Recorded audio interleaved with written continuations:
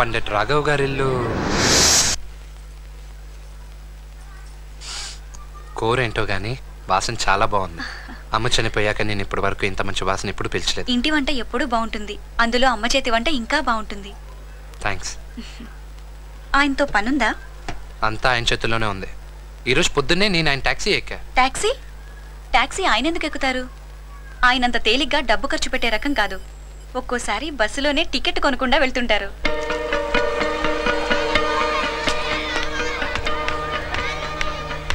ఎలాగైనా ఈరోజు నేను నా భార్యకి నిజం చెప్పేయాలి.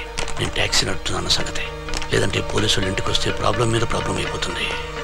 నేను చెప్పింది మీకు సరిగా అర్థమైనట్లేదు.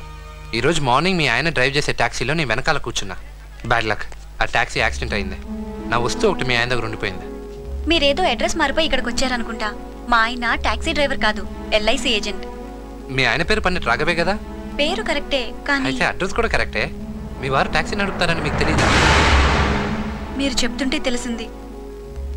మీరు చెప్పేది నిజమేనా?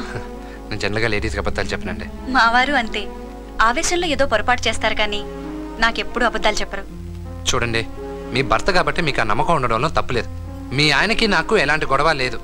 పొద్దున్న యాక్సిడెంట్ జరిగింది మాత్రం నిజం. ఆ కారు వాళ్ళకి మీ ఆయనకు గొడవ జరిగితే పోలీసులు ఆయన్ని పట్టుకెళ్ళారు. ఇందులో నా తప్పేముందండి? ఎందుకో మీ ఆయన నా మీద కోపం పెంచుకున్న వస్తే నాకు ఇవ్వట్లేదు. మీకు అంతగా నమ్మకం లేకపోతే ఆ నంబర్ నాకు ఇవ్వండి, మీ ముందే నేను చేసి మాట్లాడతాను. ఏంటో మీరు చెప్పేదంతా కన్ఫ్యూజన్గా ఉంది. ఆయన్ని పోలీసులు తీసుకెళ్లారని చెప్తున్నారు. మరి మీరెందుకు పోలీస్ స్టేషన్కి వెళ్ళి కలవలేకపోయారు? వెళ్ళానండి, కానీ ఆయన ఆల్రెడీ అక్కడి నుంచి పారిపోయాడంట.